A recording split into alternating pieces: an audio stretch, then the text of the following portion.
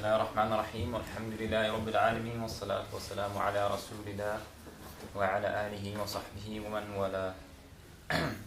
So we continue with the Fiqh of Jihad. I think most of us were here yesterday, but just to quickly summarize what we said yesterday. First thing we mentioned was the judgment, the ruling of Jihad. We said it was Fard Kifaya according to most scholars. Ibn Jusay himself says that Jihad, the obligation of Jihad is dropped when the borders of the Muslim lands are safe and secure.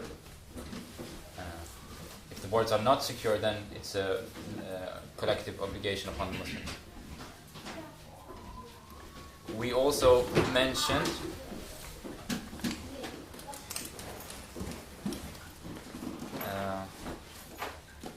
the 6 conditions for Jihad becoming obligatory.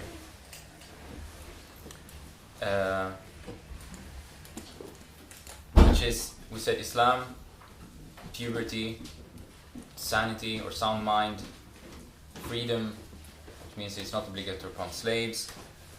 We mentioned it's only obligatory for men, and physical and economic capacity. Then we discussed things that prevent persons from going on jihad, which we said was a present debt. So one cannot go on jihad in order to flee from a debt. The second thing we mentioned was parents preventing their child from going, which we said, according to some scholars, is also included if the parents are non-Muslims, they can stop the child from going.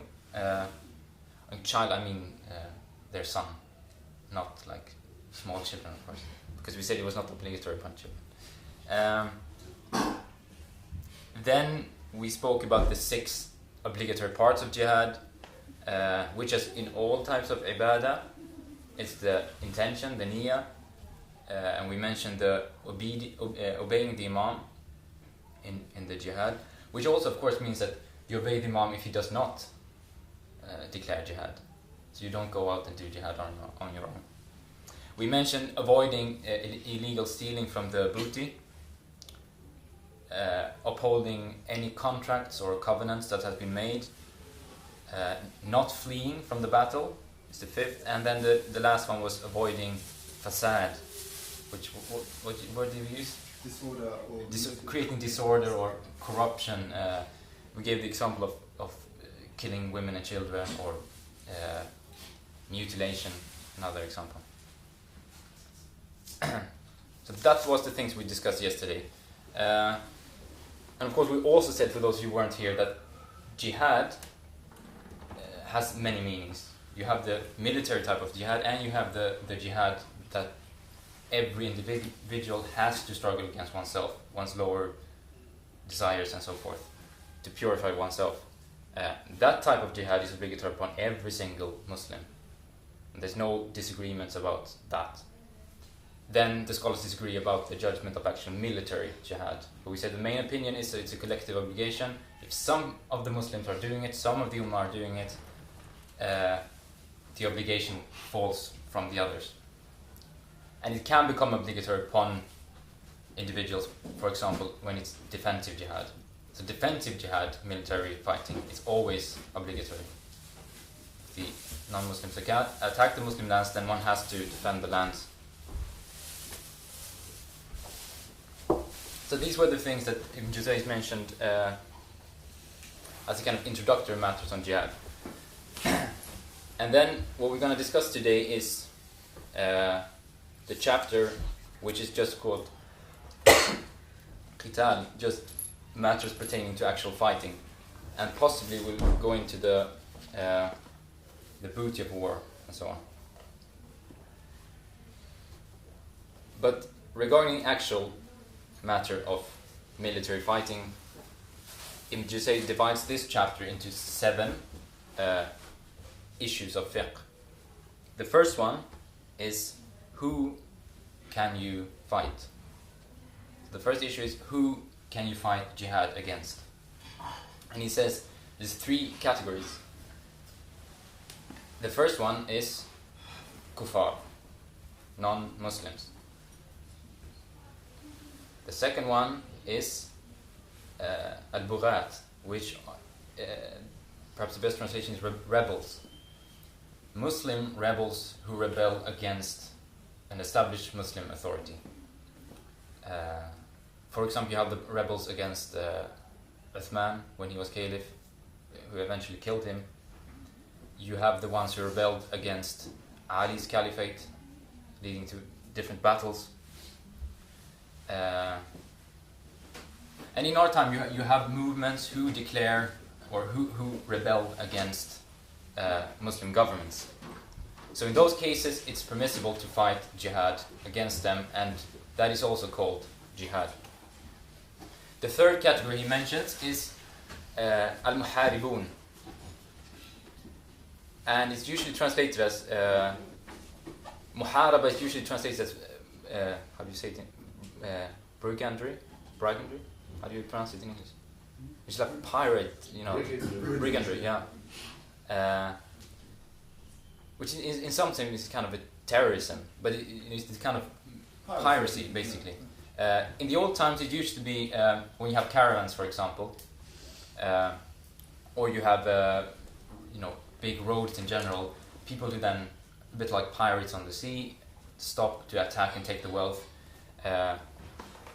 One reason why the judgment on these ones is that you fight them is because they create terror in society.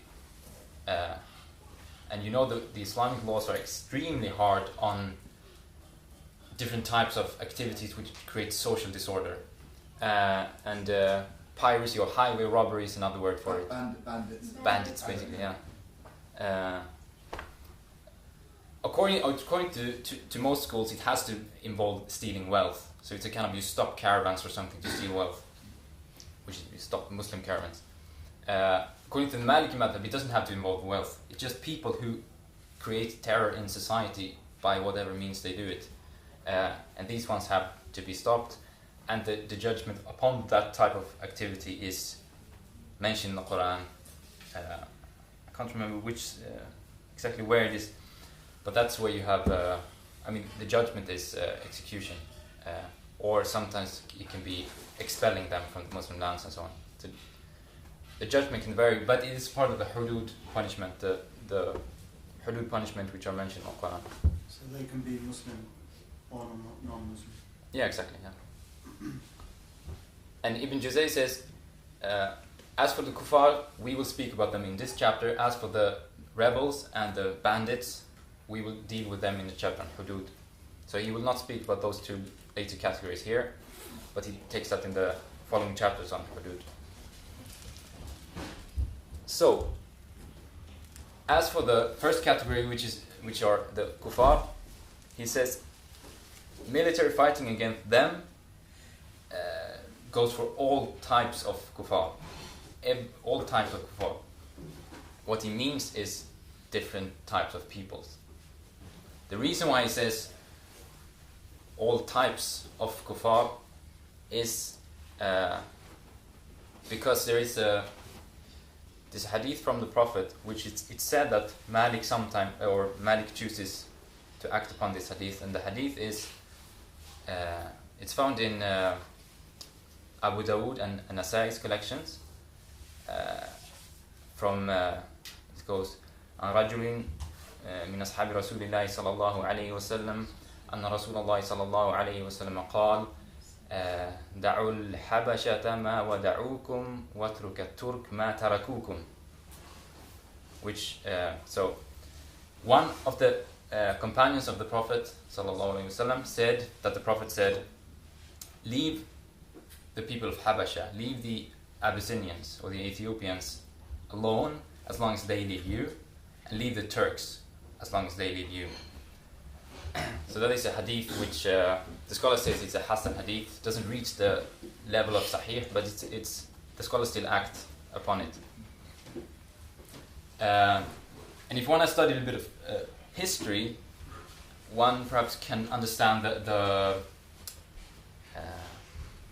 bit of the meaning of what the Prophet ﷺ was referring to when he said, leave the Turks as long as they leave you. It doesn't refer to what we know as the Turkish Republic today, refers to the Eastern people in general, among them the Mongols, whom in the, the 1300s or so, invaded the Muslim lands,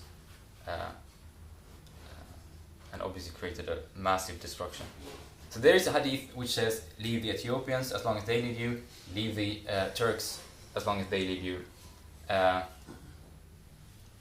But Ibn Juzay says that, however, jihad is fought against all categories, despite this hadith. Then he says, there is complete agreement among all scholars that you do not fight women or children. You do not fight women or children, except if they are fighting themselves. So if there's a case on the battlefield, the enemy have women and children fighting, then you have to fight them if it's not possible to somehow avoid it. And how do we then know who is a child or not? We spoke yesterday about puberty and the science of puberty, but obviously if you're on the battlefield, you can't do that whole type of research, who has reached puberty or not. So Ibn Juzay says what is considered when it comes to puberty is the growth of pubic hair, which of course is not easy to test on the battlefield. But why it's mentioned is because, for example, if you capture the enemy, and one possibility what to do with the war captives is execution, but you don't execute children. So that's where this ruling comes in. But obviously on the battlefield, if they fight, you fight back. He says, and you do not fight monks or people of the like monk cells or hermitages. So people who don't live with among in the kuffar society, so to speak. You don't fight or attack them. And he says, according to the Malikis, or according to according to all scholars apart from Shafi'i, the madhabs apart from the Shafi'i madhab, you do not fight elderly men who are so old that they are basically dying, who cannot fight themselves because they're so old. You do not fight them, but according to Shafi'i, you do fight them as well. Then he says the only case where you would fight someone who is old, very very old man, is if he can do harm to the Muslims, or if he has tadbir, if he's like in the planning, the war planning and plotting for the non-Muslims. For example, if he would be the general, or he has some other function in the army, then it would be permissible. Ibn Juzay says you do not fight the one who is like an idiot or mad or lunatic. No. They are not fought. Obviously, if they are on the battlefield and they are fighting, then that's a different issue. But and he says you do not fight the blind or the crippled. And he says there's disagreements in cases where the blind and the crippled are in the planning of war. Then he says there's difference of opinion regarding hired soldiers for the enemy and farmers. So mercenaries. Yeah.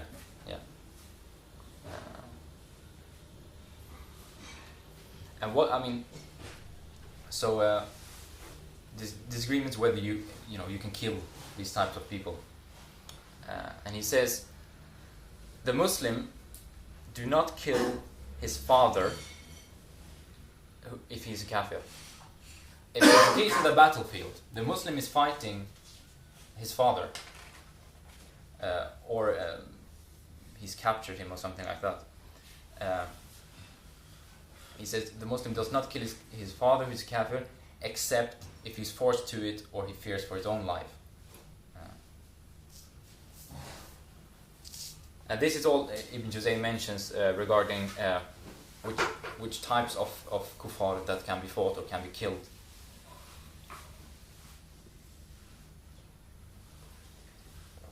And then the second issue is regarding giving da'wah before the battle, or inviting the enemy to Islam, giving them a chance of becoming Muslim before you attack.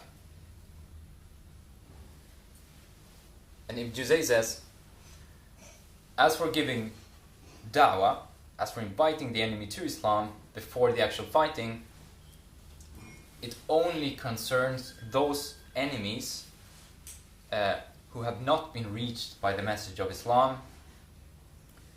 So if the enemy has not been reached by the message of Islam, for example, as in the early battles, in the early time of Islam, if the enemy they don't know about the message of Islam, then it's obligatory that you first give them the chance of becoming Muslim, and then we will come to the ruling later if they don't accept that, but which is basically, you invite them to become Muslim. If they refuse to become Muslim, you give them the opportunity to pay the jizya and live, which is a tax for non-Muslim living under Muslim rule.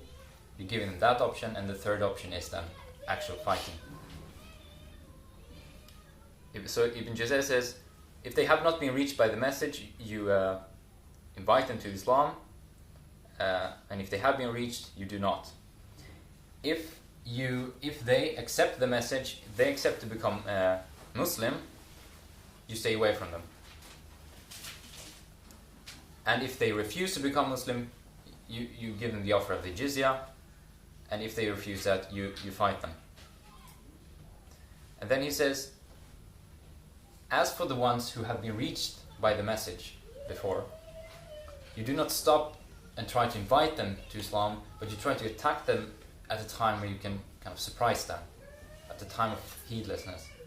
So if the enemy are completely aware of what Islam is, then you do not kind of stop and inform them that you're going to attack them if they don't become Muslim. You just attack them at the time of heedlessness. However, there is another opinion which says that you always have to invite the enemy to Islam, regardless if they have been reached by the message or not. And then there's a third opinion saying that it's recommended to invite them in all cases. But it said that the mashhur opinion in the Maliki madhab is that you always invite the enemy to Islam before fighting them. So the most common, the most popular opinion among the Maliki scholars is that you always have to give the enemy the chance of becoming Muslim before you fight them. So that's the second issue regarding giving da'wah before fighting. The third issue is, who can you seek help from in war? Who can you seek support from in warfare? So Ibn Juzay says the basis regarding this question, the issue of who you can seek help from, is that you seek help from Muslims who are free men who have reached puberty. That's just the basis. These are the ones you would collect for military fighting. And then he says it's permissible to also recruit or seek help from in war the slave if he has the permission of his master. It's also permissible to have underage teenagers, like children who has just not reached puberty but they have the bodily capacity to fight. That's also permissible.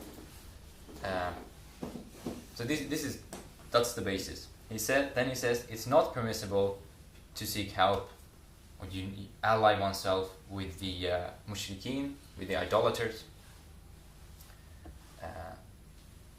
so it's not permissible to seek help from non-Muslims. That's the basic ruling. However, there's a famous Maliki scholar from al-Andalus called Ibn Habib, Abdul Malik ibn Habib. It's very, very early. He's a student of Malik's students. He says that basic ruling only pertains to when you're actually mobilizing an army and then going to attack. However, in cases where the enemy just suddenly attacks the Muslim lands or something like that,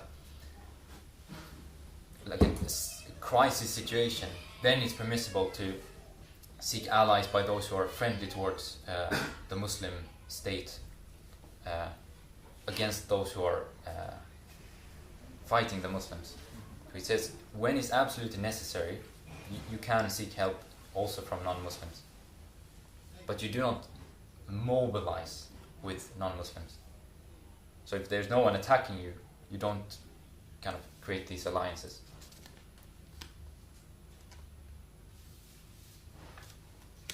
So that's what he mentions regarding who one can seek alliance with or support from or recruit into the army.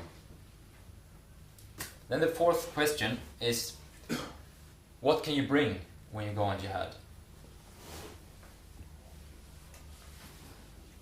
So he says, you do not bring your family to the land of the enemy.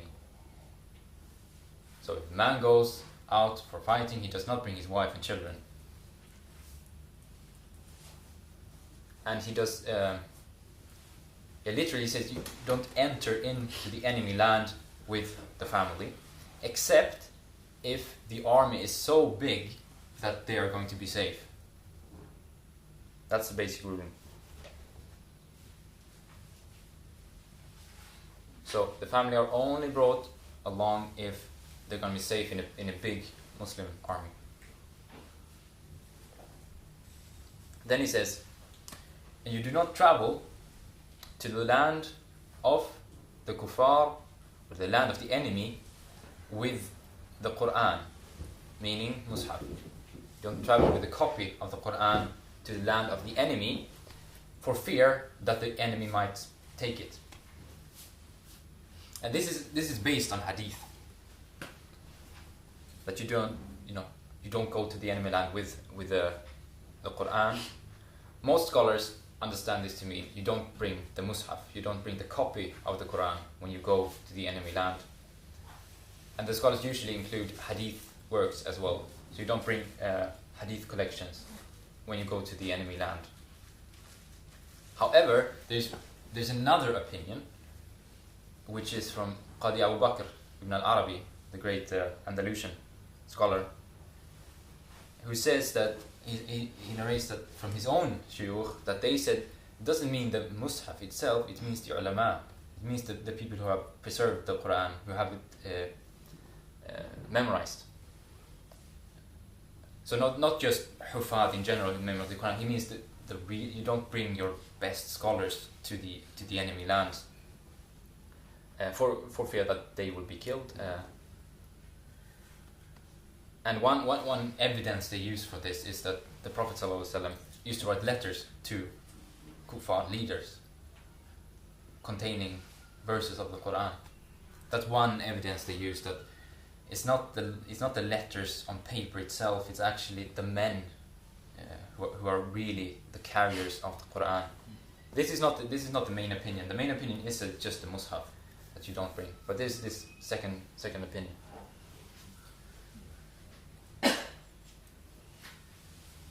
Then he says, but what about if the army is so big? Just the same thing as with the family, the wife and children. Can you bring the Mus'haf then if the army is really, really enormous? And the standard opinion in the Maliki madhab, in most madhabs, apart from Abu Hanifa, is that you cannot bring it even if the army is big, because you might drop it or forget it in the enemy land. But Abu Hanifa says that you can bring it if the army is big enough. So that's regarding what you can bring along in jihad. Then the fifth question or issue is regarding means of fighting, or regarding different aspects of what you can do when you fight. The first thing he says is that there's no harm in destroying villages and fortifications. So if the enemy has a fortified village, which that was the case around some of the villages, fortifications that the Prophet ﷺ conquered in the early days. So if there's that type of fortification, there's no harm in destroying, the structure of it. And he says there's no harm in drowning them in water or cutting off water from that village or fortification in order to break to break the fortification, basically. Yeah. So you can drown them in water or cut off water from reaching them, which then forces them to go out. It says you can also just demolish it or fire war engines. And he says there's disagreements regarding the usage of fire in these types of situations. So you can use war engines, which then throws in, in the old days you used to have these throwing in stones and things. Catapult, yeah. He says there's disagreements if you can use fire in those situations. And he will come back to the actual usage of fire later, because he says that it's only permissible if that's the only possible method you can actually use. So you do not want to use fire in these situations. But if that's the only way to save the lives of the Muslims, then you have to use it. And then he says there's no harm in cutting trees that bear fruit and the like of it. And there's a famous narration of Abu Bakr when he's caliph, and he's advising one of the generals that he has appointed when he's going to send them towards Syria. And he gives all these advice, don't cut down trees that bear fruit and all these things. Which is usually understood that that's the ijtihad of Abu Bakr. That was what he saw was most beneficial in that situation. But the basic ruling is that it's permissible to do it. But Abu Bakr saw that cutting down trees, destroying houses, different things that he mentions, that was his ijtihad, because he saw benefit in that. And that is the role of the Imam, because Abu Bakr was not just the political leader, he was the leader of knowledge at his time as well. But the basic ruling is that you can do these things.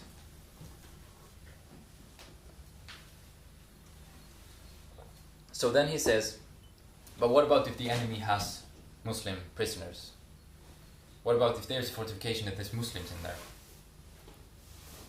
What can you do and what types of warfare can you do? He says you do not use fire, you do not burn, and you do not drown, or in some way drowning the enemy.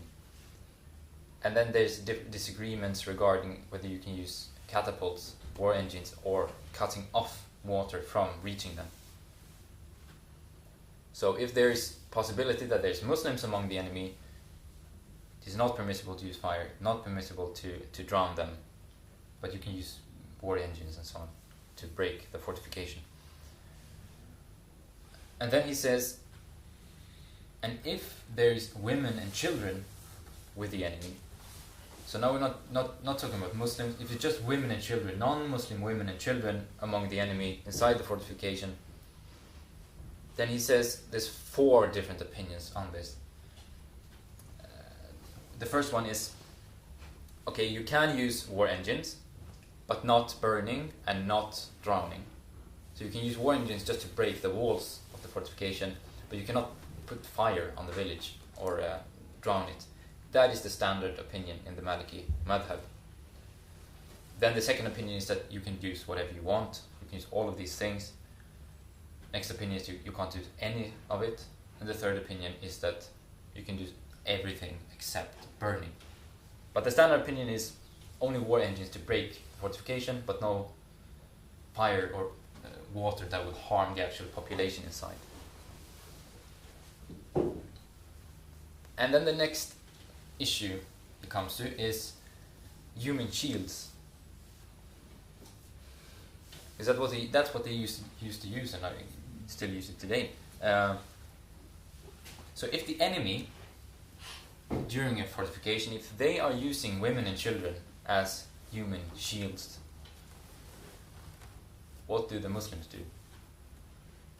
If Jesus says, we leave it. If they are using women and children as human shields, I don't know how you do it, but in the fortification or in the walls or something like that, just leave it. You do not attack, except if there is a fear that by not attacking, the whole Muslim society or the Muslims will be harmed in some way, be killed. So it's basically, if that is the only way to prevent harm from the Muslims, you have to use, fight them despite their use of human shields, women and children.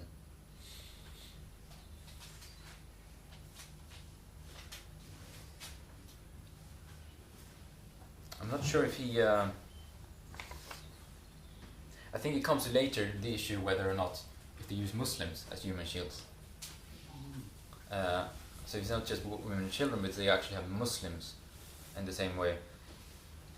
So we'll probably discuss it later, but the basic thing is the same rule. You do avoid it at all prices, except if there's fear for a larger number of Muslims outside the fortification. So that's that about human shields.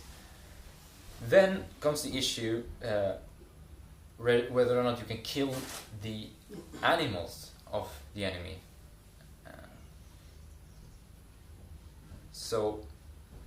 Which is, it doesn't mean not if the enemy comes riding on a horse, then everyone agrees that you can kill both the horse and the enemy.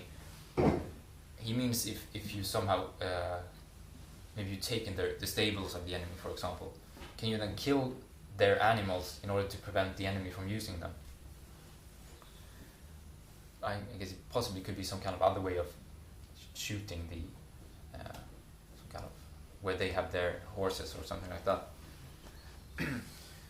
Ibn Juzay says it's permissible to kill the riding animals of the enemy, which is in disagreement with the opinion of Shafi and Ibn Wahab, who said that you cannot kill them. Ibn Wahab is one of the students of Malik, one of the really main students of Malik, based in Egypt. So he's the opinion that you cannot harm the animals of the enemy. And there's another opinion narrated from Imam Malik that you have the choice between killing the riding animals of the enemy or hamstringing them, which is basically making the horses lame so that they can't be used in war. And then he says there's complete agreement among all scholars that if the enemy is riding on a horse, then you can kill both. And he says there's disagreement regarding you can kill bees. I think that is in the narration of this famous narration of Abu Bakr giving the advice to his general that don't burn beehives and so on. And he says there's disagreement among the scholars regarding that. And then another issue that was actually common far back in history, it might even be common in Iraq now, I don't know. But he says it's not permissible to carry the heads of kuffar from land to land. It's not permissible to carry the heads of kuffar from land to land, and it's not permissible to carry the heads to the leader. And this was a practice they used to do. Even some of the Muslim rulers had this done. Is that the enemy has some particular important figure and he's killed, assassinated or killed in battle, they would carry the head to the leader to show that this person has been killed. But Ibn Juzay says that's not permissible. I think what he means here is, he says it's not permissible to carry them from land to land, and it's not permissible to carry them to the leaders. Presumably he means that within the land it might happen, but not in the sense of carrying it to the leader, which was a common practice among non-Muslim societies and so on. And it also happened in some of the later Muslim rulers. I think the opinion is, in other words, they mention if it's somehow a necessity of doing that in some kind of situation of assassination or something like that, or some enemy that has to be killed for some reason, and there's absolute necessity of doing that and carrying the head from land to land or to the leader, it can be permissible. But the basic ruling is that it's not permissible. And that's the whole issue of different types of what you can do or do not do in war, which was a fifth issue. And then the sixth mas'ala or issue is regarding fleeing, which we spoke a little bit about yesterday. Fleeing from the battle. So Ibn Juzay says it's not permissible to depart from the ranks of war or ranks of fighting if that will lead to weakening or demoralizing the Muslims. So it's not permissible to flee from the battle if that leads to weakening or demoralizing the Muslims, and it is considered one of the kabair, one of the major sins. And then he says, to provide some more detail, he says that however it is permissible, it is permissible if it's not demoralizing or weakening the Muslims. For example, when you pretend fleeing and then going back to attack, or if you're relocating and joining another group of the army. So it's a bit technical here, but the word for pretend fleeing is taharruf, and he defines it as pretending that you're going to flee, showing the enemy that you're going to flee, just in order to return, and you do this as a military strategy. That type of fleeing is permissible. And the other thing of relocating is defined as relocating to another section of the army that's present in the battle,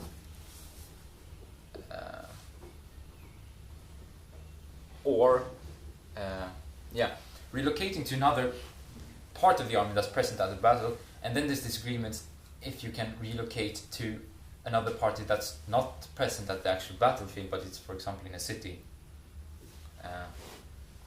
So just relocating to join another faction of the army, that's fine, but actually joining another city is, or another, group that's not present, is difference of opinion on that.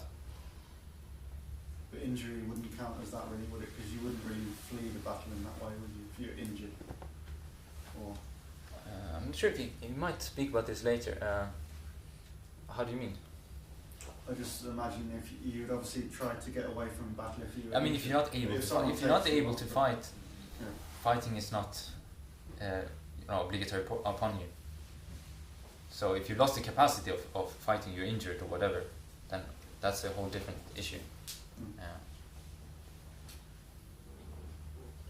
And then he says it's not permissible to giving up or retreating if unless the army of the kuffar is more than double the size of the Muslims. So it's not permissible to flee or retreat unless the non-Muslim army, the enemy, is more than double the size of the Muslims. And then how then actually literally the Arabic is if the enemy is double the Muslims. And then, how do you understand double the Muslims? Does it mean they're doubled in size, or does it mean they're doubled in strength? The mashhur opinion in the Maliki madhab is that it's the number that's considered. So if the enemy are double the size in number, you can flee or retreat with the army. And the other opinion is, of course, that's it's strength to be that's considered, which is probably obligatory though. If they double you, then to retreat. No, you can still fight. It's only permissible. He only said it's permissible if the enemy is double.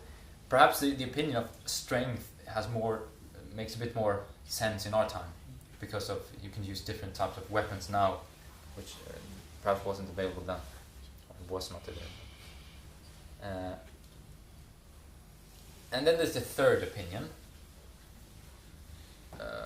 based on hadith, which is that if the number of the Muslim army is above 12,000, then under no circumstances, no matter how big the enemy army is, you cannot flee. The hadith is that the Prophet ﷺ said that a force of 12,000 will never be defeated, will not be defeated, or something to that effect. So that's what they base this opinion on.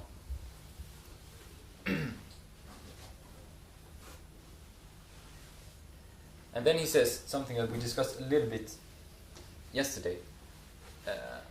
If the Muslims know for certain that they will be killed, if they just know that they will be slaughtered in the battle, then it's better to flee. He says, فَالْإِنْصِرَافُ أَوْلَى. Then departing from the battlefield or retreating is better. They know they're going to be killed. Meaning that they know they won't win. And they will be killed. Or captured. And then he says, if the Muslim army knows that there will be in no way that they can do any harm to the enemy, or that their fighting will have any effect, then it's obligatory to flee. So you don't go out and facing the army. You know this battle is not going to lead to anything except deaths of Muslims. Then you have to flee. He says, wajab al-firar. Then it's obligatory to flee. And he says that Abu Mu'ali says that there's no khilaf in this. Abu Mu'ali is Imam al-Haramain al-Juwayni, one of the teachers of al-Ghazali, the Shafi madhab, one of the really, really big scholars of usul and things like that. So he says there's no disagreements regarding this, that when the Muslims know that their fighting won't lead to any harm for the enemy, their fighting will have no effect, then it's obligatory to flee or leave the battle.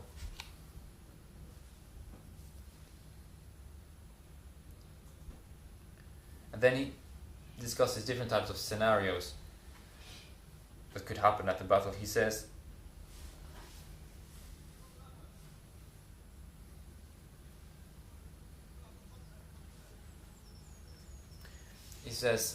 which seems to pertain to if the Muslims are under siege. He says the words of Rabi'a is that it's better to go out than to die of hunger. It's better to go out and fight than to die of hunger, even if you know that you'll be killed. That's better. It's better to die fighting than of hunger, which is when the Muslims are under siege. And then he says there's difference of agreement if you're in a ship and the enemy is shooting the ship with fire, or throwing fire in some way at the ship. There's difference of opinion whether you should jump in and die drowning or die from the attack on the ship by fire. Greek fire was the thing that the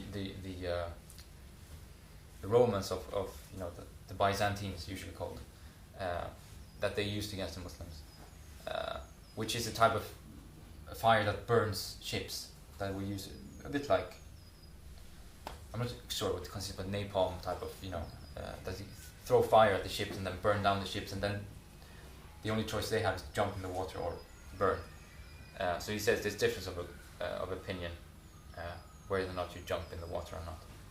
It doesn't provide a definitive It's up to you answer. in that moment. What? It's up to the individual. Yeah, if you think that, whatever opinion you will take. And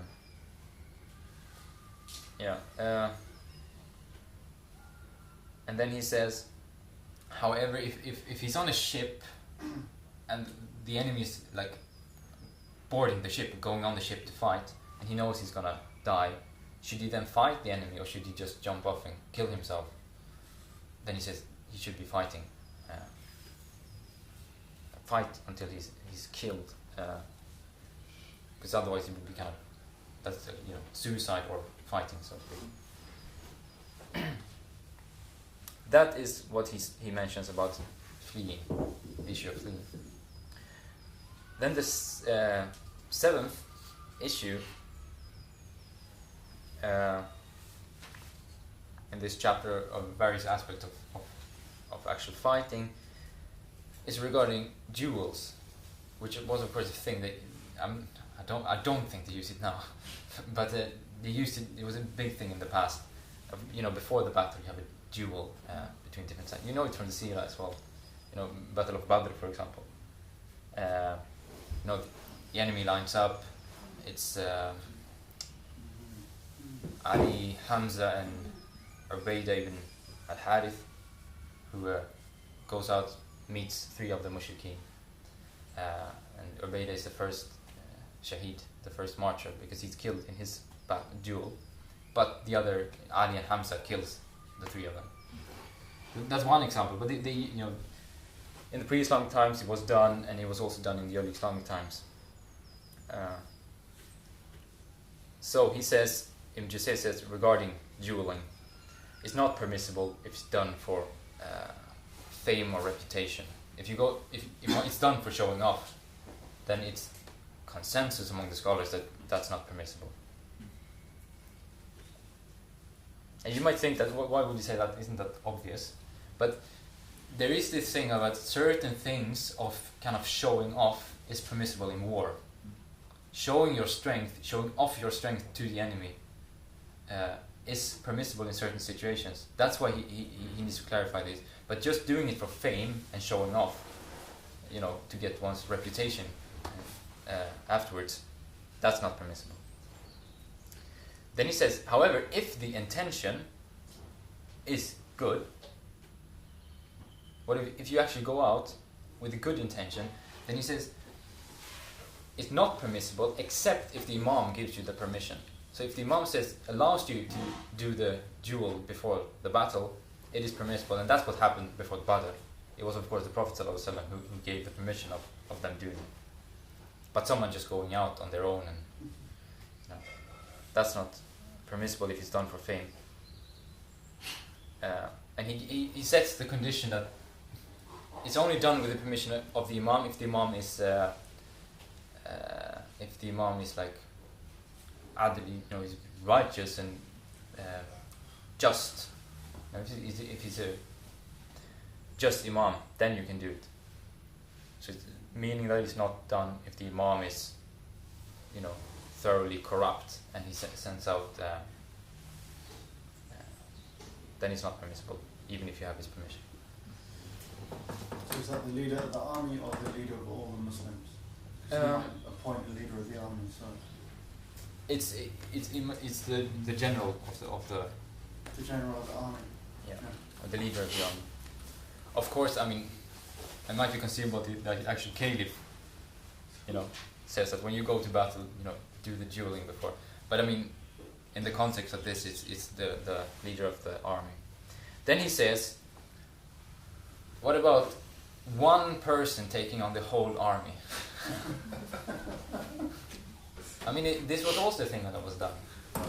Someone really showing the army what capacity and power that is in one side, and just one person go out and just rides in to the army and attack them on his own, knowing that he will be killed. Is it permissible? No, it's not.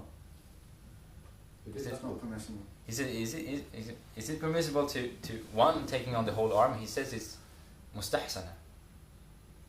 It's a good thing. It's like camouflage, Yeah. But I mean, the purpose is really showing, Then you know that man's going to die, doesn't as well. Yeah. So then comes the other opinions, of course, as usual. Okay. Then the other thing is that it's makruh. It's disliked to do it because it's just self-destruction. It's throwing oneself to death. And it's said that the relied upon opinion in the Maliki madhab is that it's permissible. They don't define it as good or bad, but someone on their own, not meaning someone just going out on their own, separate from an army at all. Just someone just riding into enemy territories. Not that type of thing. It's when the armies are gathered, someone riding out and kind of really, setting the scene of the battle, really showing, courage and encouraging the others. That can be permissible. So what's meant here is obviously not someone doing it on their own. And I assume this also has to do with the permission of the Imam. He doesn't mention it here, but because he only mentions for the actual normal jewels. This is everything Ibn Juzay mentions regarding actual fighting. The next chapter is on booty. I think we should have questions now. I'm not sure when the next class and how long this one is going to continue. But we've finished this one about just general fighting. The next one is, what type of booty is taken from the enemy and so forth. If we don't do it now, we will do it in the week. Well, we went to have a break at 4, maybe just before 4. Yeah. So if you wanted to do another segment for about 15 minutes, then it would be enough. It's gonna take more than 15 minutes, Okay. Well, maybe this, at least half an hour, I would assume. Sure. It's a bit like it's like half what we've done now.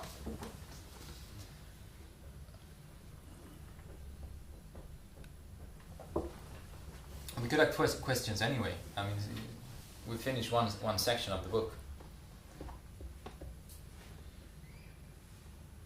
What do you suggest? Carrying on.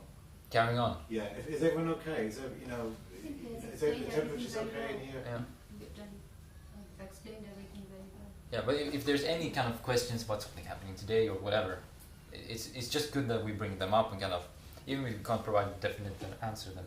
One question, you mentioned that if they have already received the message, then you don't have to give them, then you can fight them. Yeah.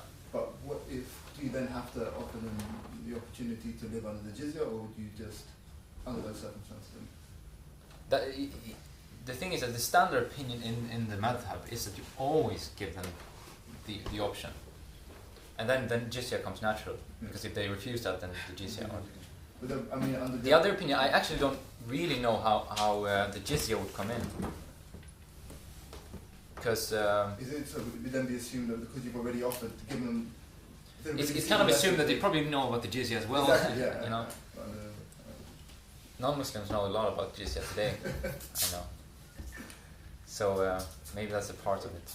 Can I just make a comment on that statement though? I mean, Muslims today don't know what Islam is, so how are you supposed to invite people in a battle situation to Islam? You know, I mean, it just seems like a completely pie in the sky. Yeah, the thing is that it's not meant that every single individual in the enemy army knows about Islam. It's only the leader. If the leader says, okay, we become Muslim, then you deal with the actual conversion of the people later. The definition of having received the message, what is that? That's the thing. That's the difficult because it comes into just the fate of individuals, And that's not how society works nowadays. Anyway, it's not the case that if your general becomes Muslim, your whole country becomes Muslim anymore. Yeah. Like, people are individuals and they choose their own religion. So, I mean, it doesn't seem particularly relevant to modern life. I'm kind of struggling how that would apply in a modern battle. Yeah. But I mean, it's understandable historically. In present times, I mean, the thing, even historically, all the individuals would not necessarily have become Muslim in that way. It's just that they're recognized as Muslims. The fighting is finished, and then you kind of have to arrange how society is going to work afterwards. But I think we can still apply it in modern days, because nowadays usually the wars are the media wars. So if you kind of create good role models, everything is done based on the media.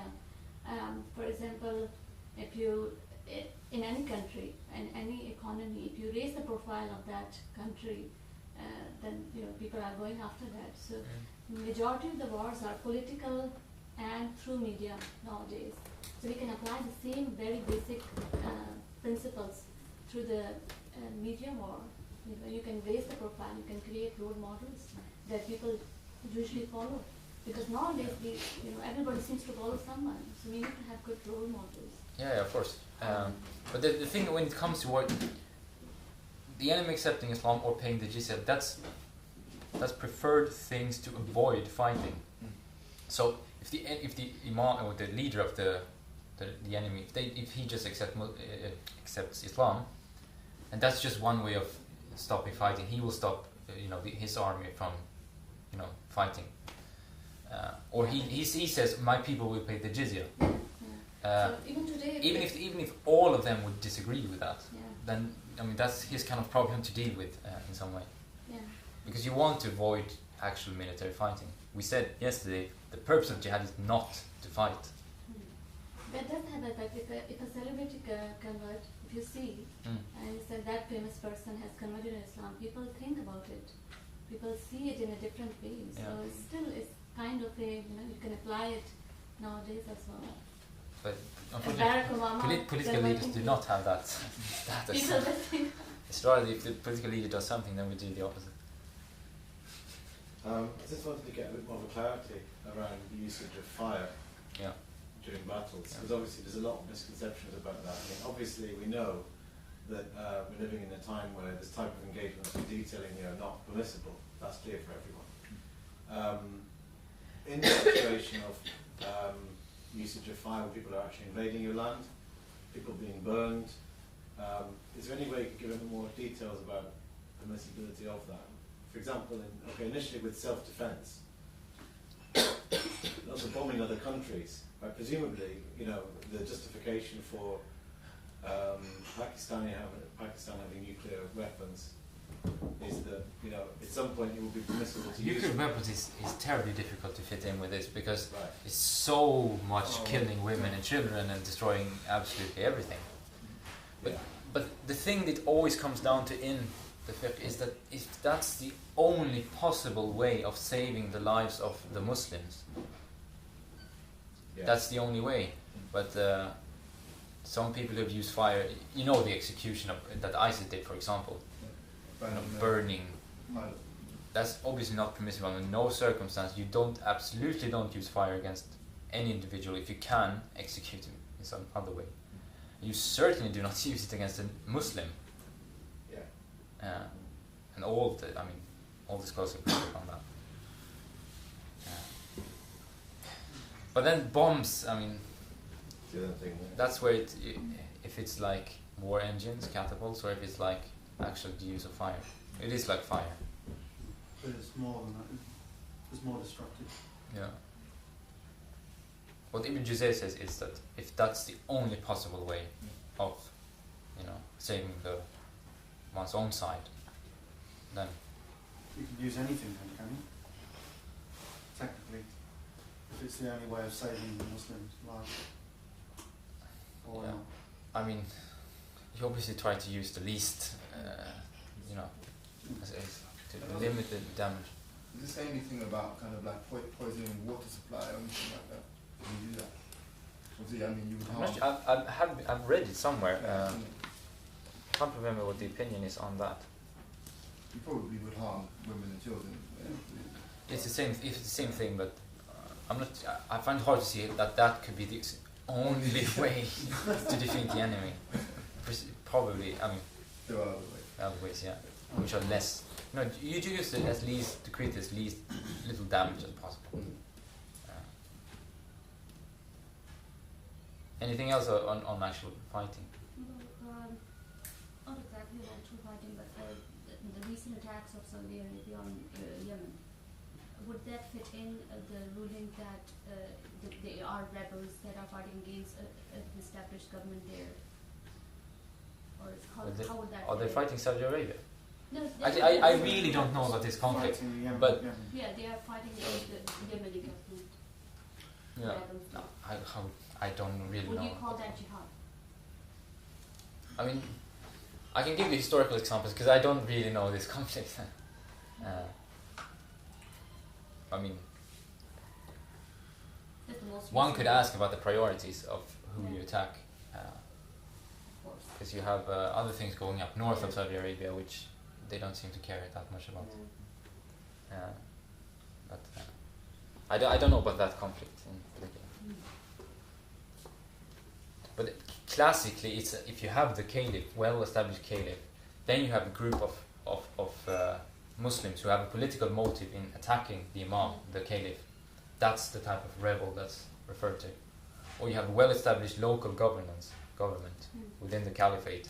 They are attacked by a group of Muslims. These are usually people called Khawarij or similar. Could be other rebels. That's really what they refer to when they speak about the Bughat, the rebels. That is the difficulty these days. How would you define these groups? And how would you define the governments as being well-established governments? Because Yemen is quite an unstable area. So that's what we spoke about yesterday. You know, the top scholars that has to deal with these issues. Sheikh Abdullah bin Bayya is an excellent example of that, and he's been. I've got one of his books in here where he speaks about defining. How do we define Bughat? How do we define the rebels in our time? How do we define the Muharibun in our time? Are they terrorists? Not really. It doesn't really fit the definition. Who are the terrorists in Islamic law? Yeah. We have got our priorities very wrong in that terms, that we are fighting among each other rather than fighting the enemies. Yeah. That are the real enemies. So he actually comes up with a new term for terrorist, which it's kind of a mix between Bughat rebels and Muharibun, who are the ones who create bandits who create terror in society. Exactly, the facade. Yeah, exactly, yeah. Because usually the difference between Muharibun and the Bughat classically is that the Bughat have a political motive in attacking. Muharibun are either just creating terror or stealing money. In some way, the terrorists are both.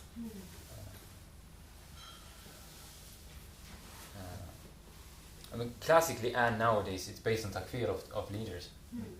The leader does not follow the Sharia and his rules, therefore he's a kafir, therefore all the ones under his rule are kuffar, therefore we can do whatever we want with the whole society. That is the kind of Khariji mentality that was in the past and that is now, which is far from the classical tradition or anything that the Prophet taught us. There was Hamza Yusuf translated one of Sheikh Abdullah bin Bayya's books to English. What's it? It's Hajjat Mani. Yes. Well, I think we had the book here yesterday anyway. It's called Something with Terrorism. Excellent book where he discusses these things about, how do you understand terrorism within Islamic law and how do you understand these people who make takfir of leaders and so on. Huh? Do you have, Hamza Yusuf translation, that book? Yes, it's on the shelf. It's kind of recommended reading.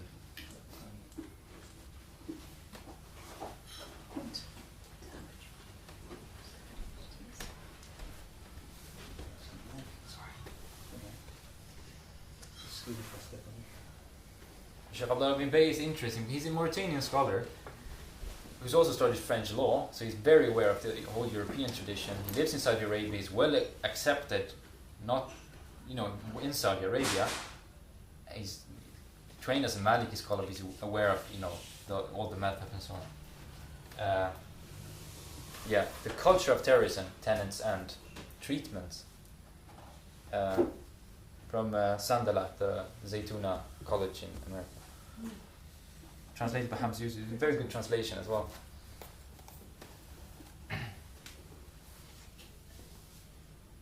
I'm sure it's available.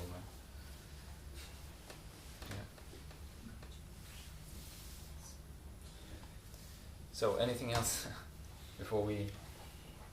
I think we just begin on the section on spoils of war and booty. And then possibly just stop when the time runs out.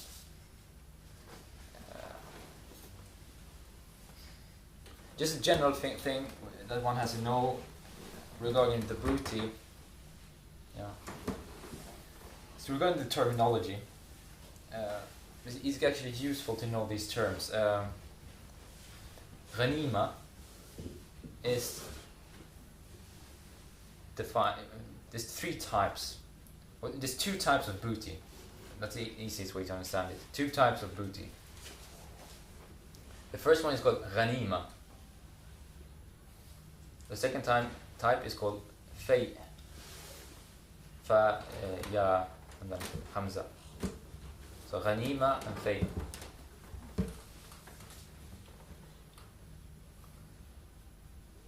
So ghanima is then defined as ma ghanama al-muslimun min amwal al-kuffar biqital.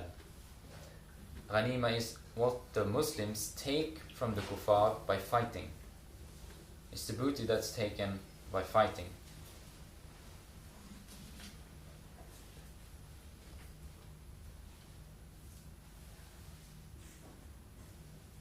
And then the second thing,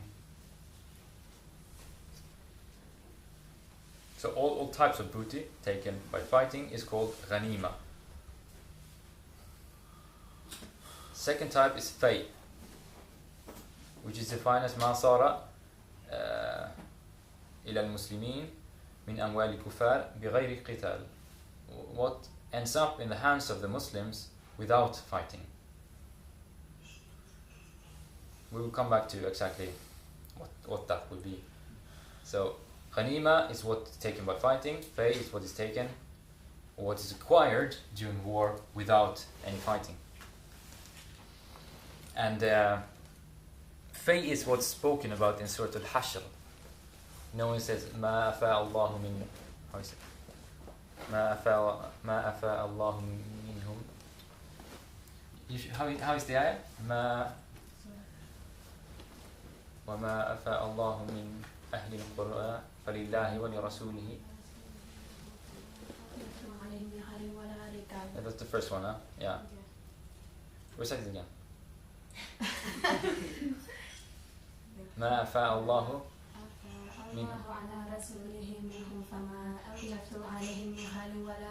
Yeah. So what Allah literally means return. So what Allah returns to the Prophet ﷺ from the enemy, without attacking with khayl, which is horses, or so the meaning is what's taken without fighting. And the verb is then afa, which is where fay comes from. Another term that comes up when you speak about booty is nafl. That's where you have Surah Al-Anfal in the Quran, which would be the surah of booty. And nafl is also the word we have in nafila. Nafila prayer, for example, or nafila act in general, which is an extra act. The word nafala, the root of the Arabic word is has to do with like an extra gift. That's basically how you would define it. Nafla is like an extra. Nafla prayer is an extra prayer. So in the Quran, nafl or anfal is used in kind of general sense of booty. The pre-Islamic Arabs the reason why they would call it nafl as an extra gift is that the main purpose of fighting an enemy is not to take their booty. The main purpose is to defeat the enemy, to win the battle, and then the booty is like the extra gift you get from defeating the enemy. That's how the pre-Islamic Arabs would understand nafl or anfal. And in the Quran, as we said, it's just a general word for booty. Anfal is used for booty in general. In Maliki fiqh, they use these categories of ghanima and fay, as we mentioned. Nafl doesn't have to do with the actual booty, the nature of the booty itself. the technical usage of nafil in Maliki fiqh is what the Imam gives as an extra gift to specific, Muslims in the army. So it's just useful to know that in the Quran it's boot in general. When you read it in books of fiqh, in Maliki fiqh at least, it pertains to what the Imam, like extra gifts, besides the division of spoils. So, particularly brave soldiers could get an extra gift from the Imam's share of booty.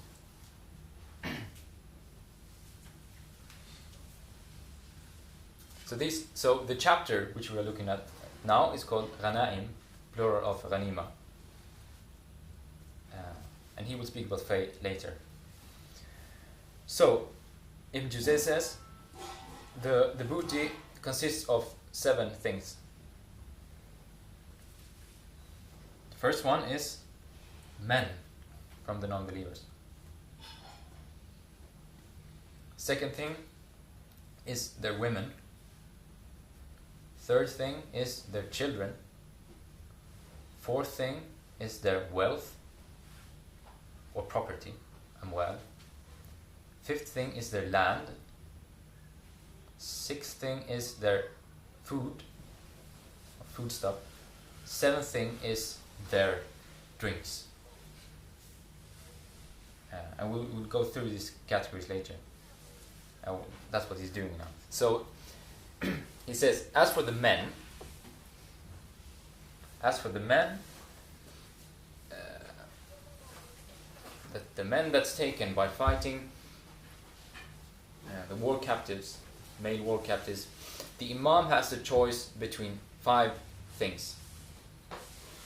The Imam, the leader of the Muslim army, ideally, as we said, the Caliph, has the choice between 5 things. First thing, when it comes to male prisoners, is execution. The Imam can choose execution. And we should know that, how does the Imam choose? Can he just do what he feels like? No, it's based on where the Imam sees the most benefit. So the Imam is the one who's given, obviously has advisors and so on, but he's going to make the decision. He has to make the decision by what is most beneficial in this situation. First thing is execution. Second thing is releasing them. What's the English word for it? It's a nice word for kind of letting them go, basically.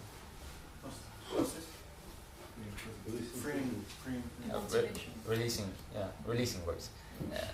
Execution. Second one is just releasing them.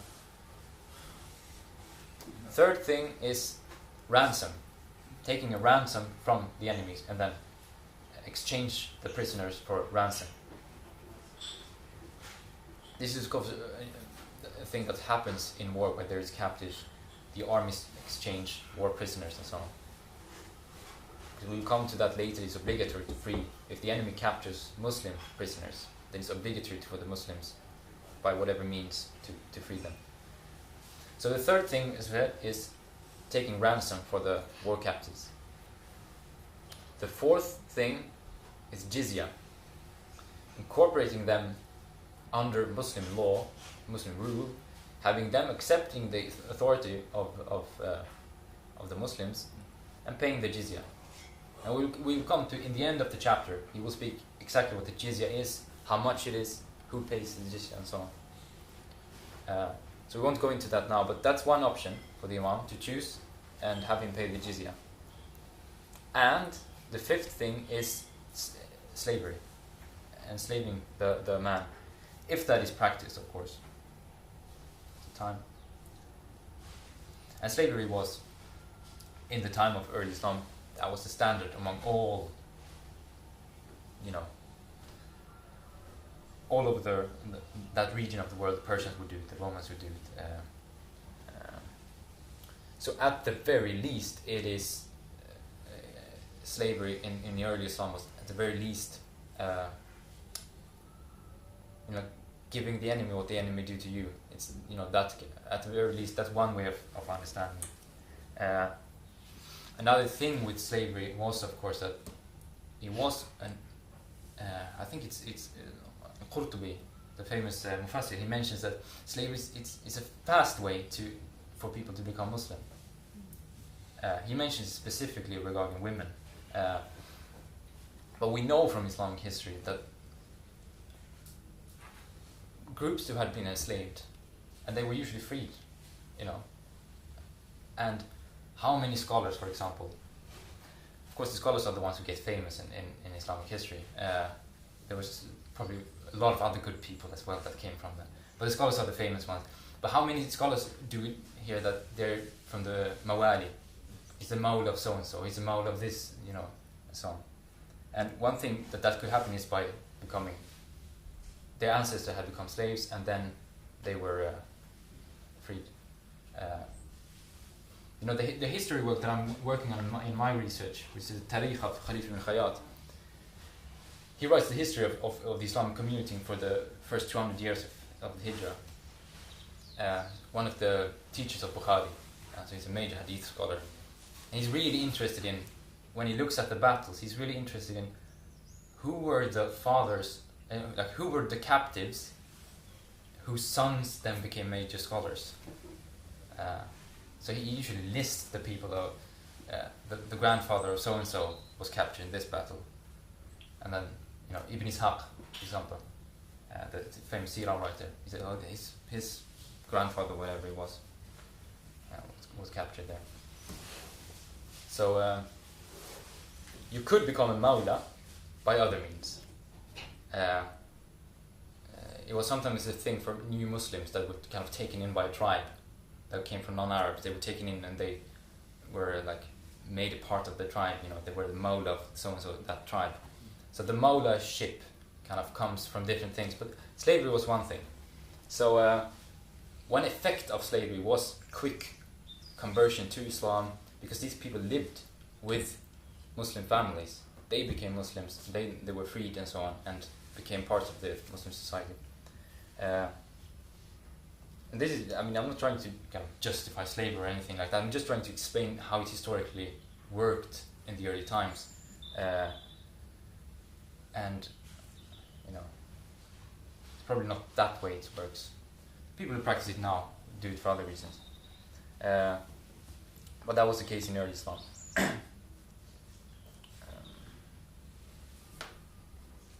So that was the fifth thing, slavery, the fifth thing.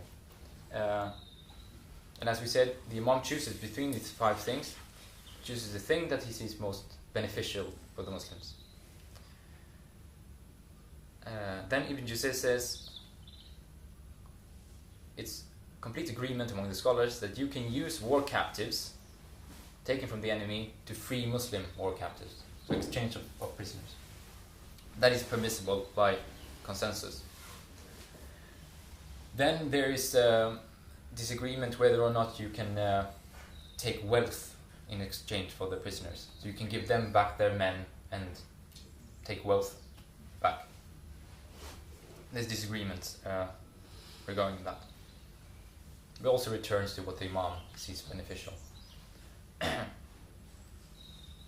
Abu Hanifa's opinion, Ibn Juzay said that Abu Hanifa's opinion is that it's not permissible to just release them or to ransom them. That was Abu Hanifa's opinion. But that is in contrast to the other madhabs. Ibn Juzay says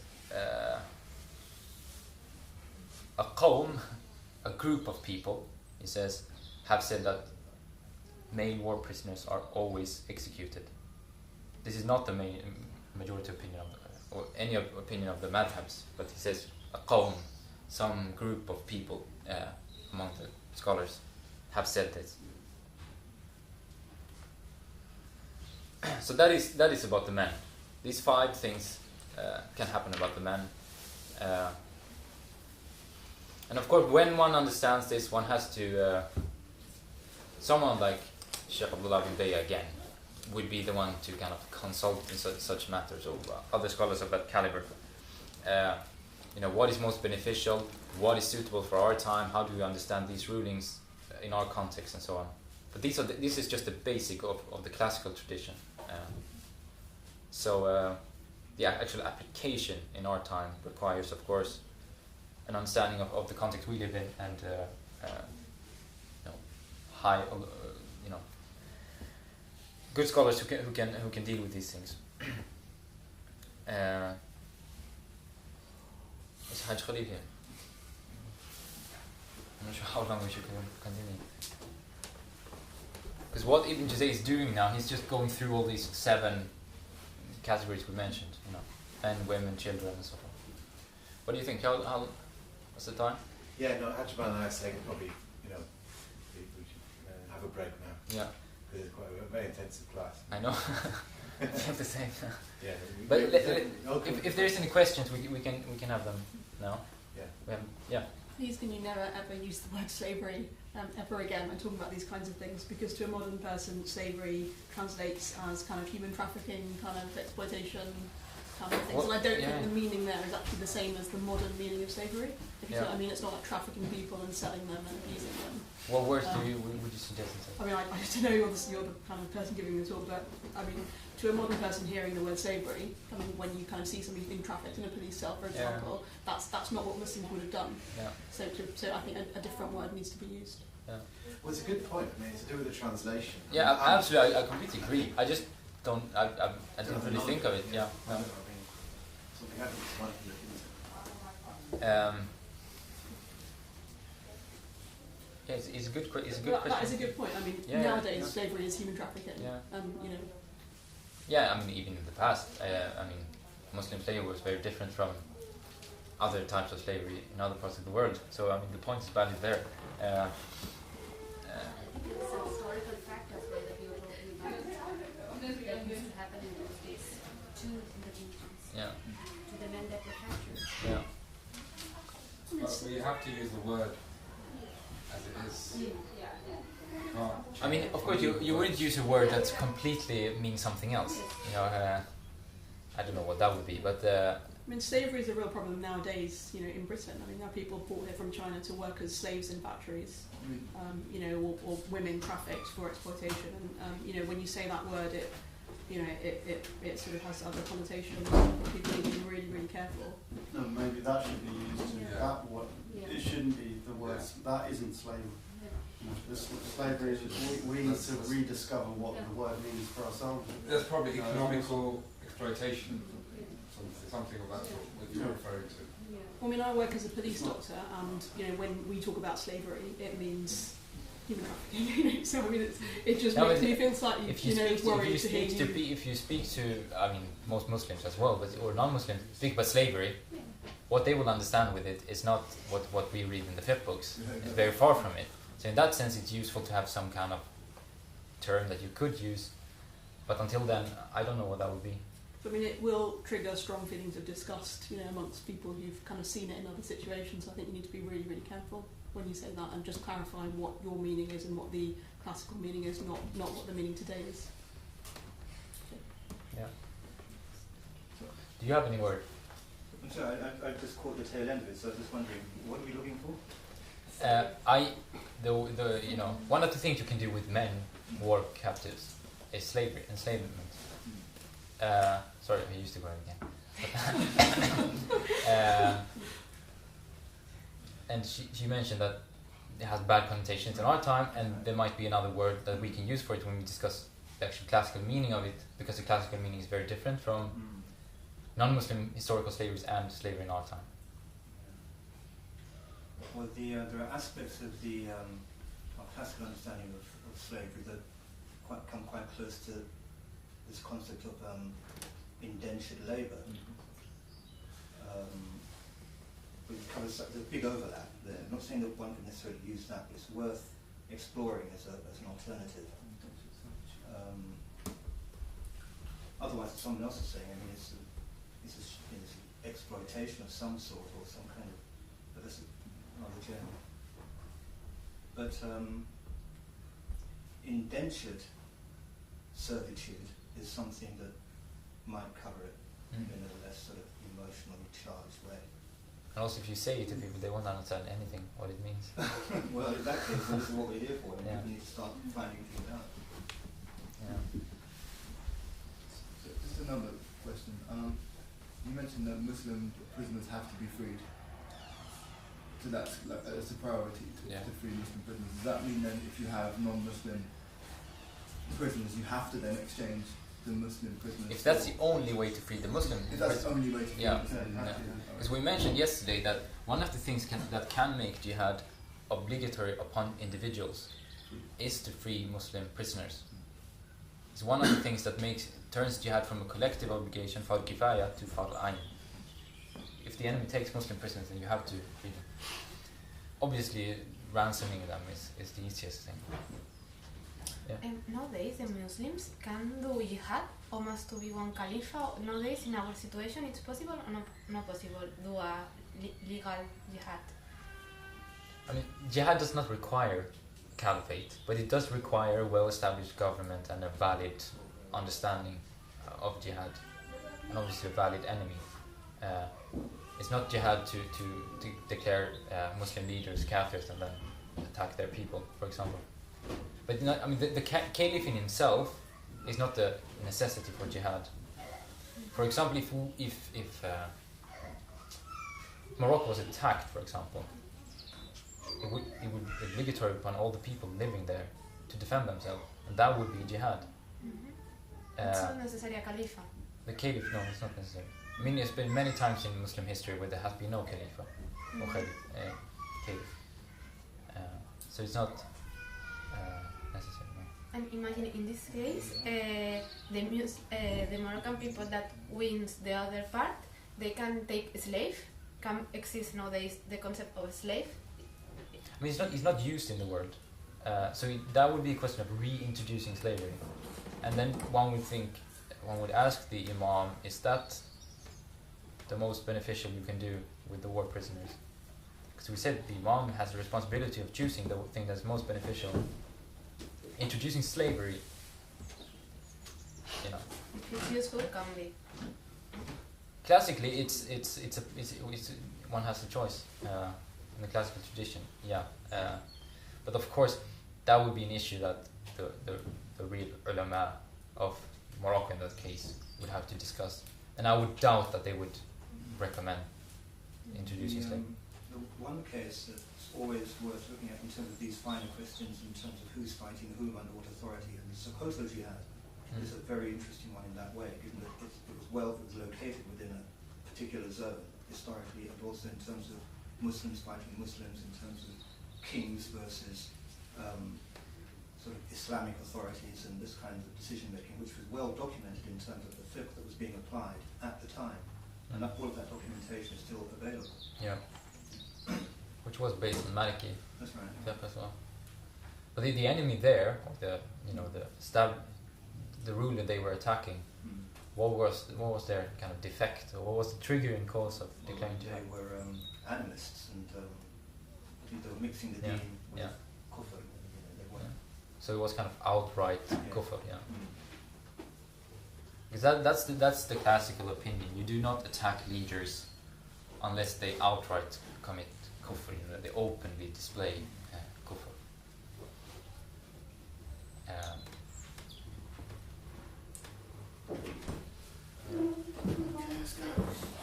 Anything else?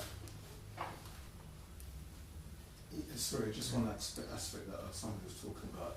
You have now a situation where people are inviting in non-Muslims, in some cases Muslims, to help them get rid of certain factions in their country.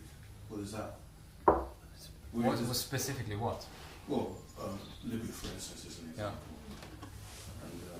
And Saudi Arabia, certain parts of Pakistan, I think that they're inviting in non-Muslims to get rid of certain factions that they don't agree with their leadership or for whatever reason. Does that need a new sort of terminology in terms of jihad? Or? I have no idea what the scholars say about that actually. Because presumably have scholarly backup for it.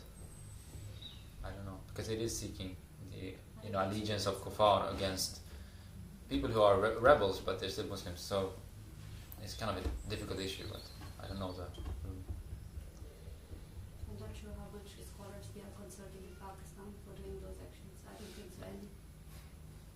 No, what I'm saying, ideally, you have to ask, if you want to know the answer to that question, you have to ask it. That's what I mean.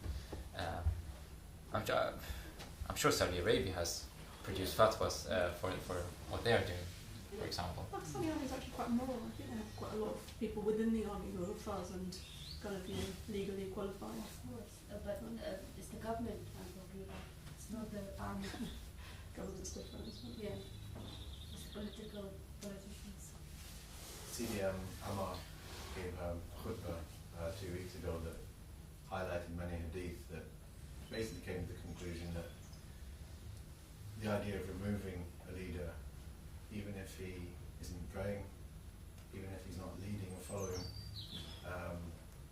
country by Islam, and even if he actually, in one case, even if he declares himself, as doing so, it's not permissible. The scholars speak about two types of obedience to a leader. They speak ta'atul imtithal or ta'atul ihtimal. Imtithal is you obey the leader in what he commands you, in what is permissible. You don't obey him in what's haram. That's imtithal, which means doing what's commanded, basically. That's one type of obedience. The second type of obedience is ta'atul ihtimal. Ihtimal has to do with carrying the burden of his faults. You accept that the leader is not, he's doing bad things, but you cannot rise up against him because of the greater harm that would do. So you don't obey him in what is wrong, but you kind of have to, what is it called, endure it. Enduring it, that's ihtimal. And then when he reaches the stage when he is openly a kafir, then it's permissible to remove him. It's quite straightforward in some way, but obviously it's different in the field. The hadith is actually to do with the idea of intervening militarily and removing him and declaring a war on the leader and whoever. I mean, I think the point Ammar was saying is not clear cut. Yeah, it is not clear cut, and the best thing I've seen on this is what Ibn Hajar says in his Tahmid. He says, among the Salaf, there were two opinions. Some thought that you could rebel against leaders who are not really doing what they should as leaders. If they are not proper leaders and establishing the deen correctly, or they're not even trying, you can rebel against them. The other opinion among the Salaf was that no, you always, endure it because of the greater harm that removing him would lead to, or the fitna that was spread. Then Ibn Hajar says, however, among the ones who came after the Salaf, the scholars had seen the great harm of the revolts in the past. He gives the example of the Battle of Al-Harra, when Yazid's army, the Umayyad Caliph, was just sacking Medina, and he was declaring them slaves as well, which didn't happen, of course, but because they didn't carry it out. And Ibn al-Ashrat revolt, which was a revolt that was supported by many great scholars, but it led to, against al-Hajjaj, in the famous Hajjaj, it also led to complete disaster. Scholars were killed, and it didn't lead to anything good. So he said, because of these prior examples, the later scholars have agreed that you do not rebel until the Imam is clearly a kafir.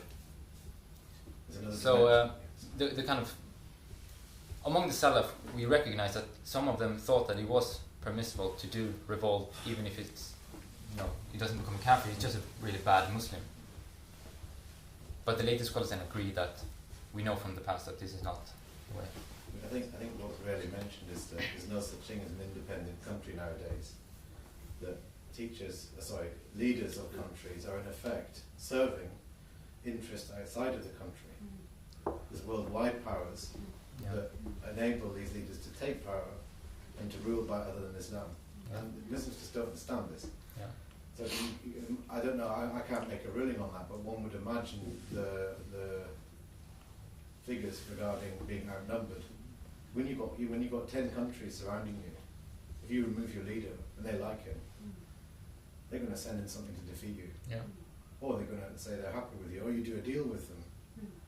In effect. But it's a sign of people with some kind of intelligence that they consider the causes of what you're gonna do. Yeah, ramifications. It's not just, is this thing permissible or not, and then you just do it. So you're completely blind to what's going to happen afterwards. You have to, you know, it's just common sense.